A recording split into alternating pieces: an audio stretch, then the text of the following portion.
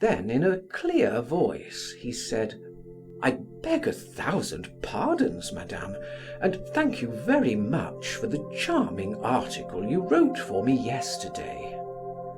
Then he bowed and said to Charles: "I will be at the office at 3 o'clock." He returned home saying to himself: "Very well, I will write it alone, and they shall see." Scarcely had he entered than he began to write, anger spurring him on.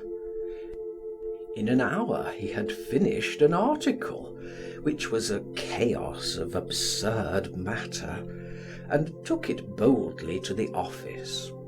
Duroy handed Forestier his manuscript. "Here is the rest of Algeria." "Very well, I will hand it to the manager. That will do."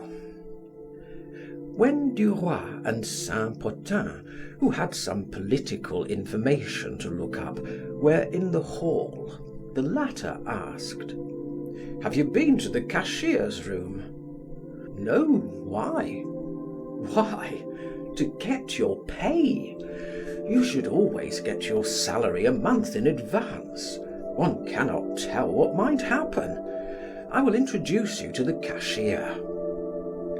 Duroy drew his 200 francs, together with 28 francs for his article of the preceding day, which, in addition to what remained to him of his salary from the railroad office, left him 340 francs. He had never had so much, and he thought himself rich for an indefinite time. Saint-Potin took him to the offices of 4 or 5 rival papers, hoping that the news he had been commissioned to obtain had been already received by them, and that he could obtain it by means of his diplomacy. When evening came, Duroy, who had nothing more to do, turned toward the Folies Bergère, and walking up to the office, he said: "My name is Georges Duroy. I am on the staff of La Vie Française. I was here the other night with Monsieur Forestier, who promised to get me a pass. I do not know if he remembered it." The register was consulted, but his name was not inscribed upon it.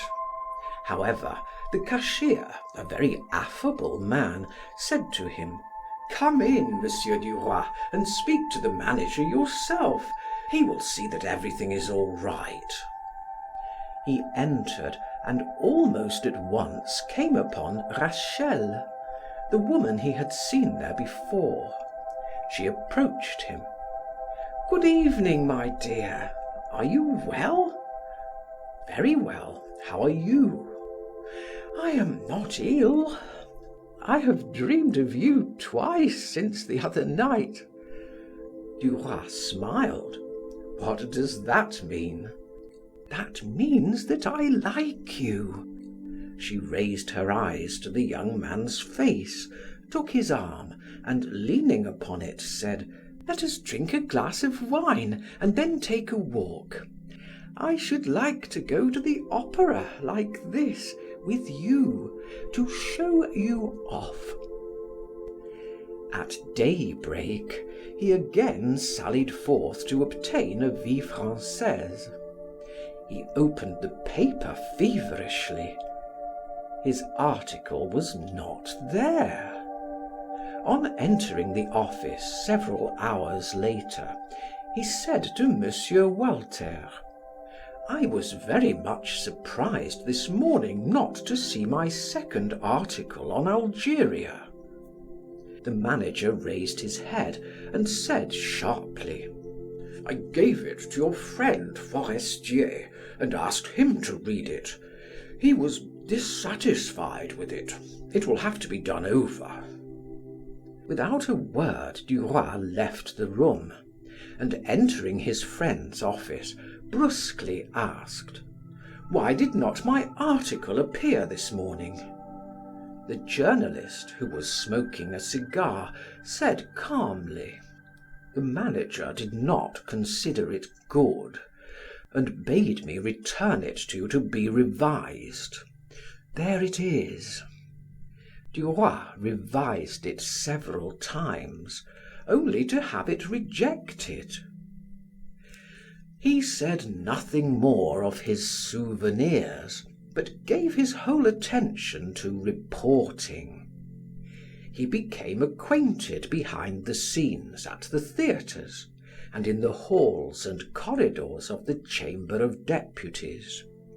He knew all the cabinet ministers, generals, police agents, princes, ambassadors, men of the world, Greeks, cabmen, waiters at cafes, and many others.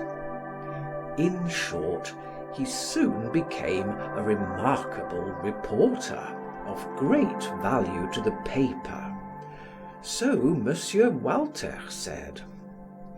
But as he only received 10 centimes a line, in addition to his fixed salary of 200 francs, and as his expenses were large, he never had a sou. When he saw certain of his associates with their pockets full of money, he wondered what secret means they employed in order to obtain it. He determined to penetrate that mystery, to enter into the association, to obtrude himself upon his comrades, and make them share with him. Often at evening, as he watched the trains pass his window, he dreamed of the conduct he might pursue. End of chapter 4. Recording by Martin Geeson in Hazelmere, Surrey.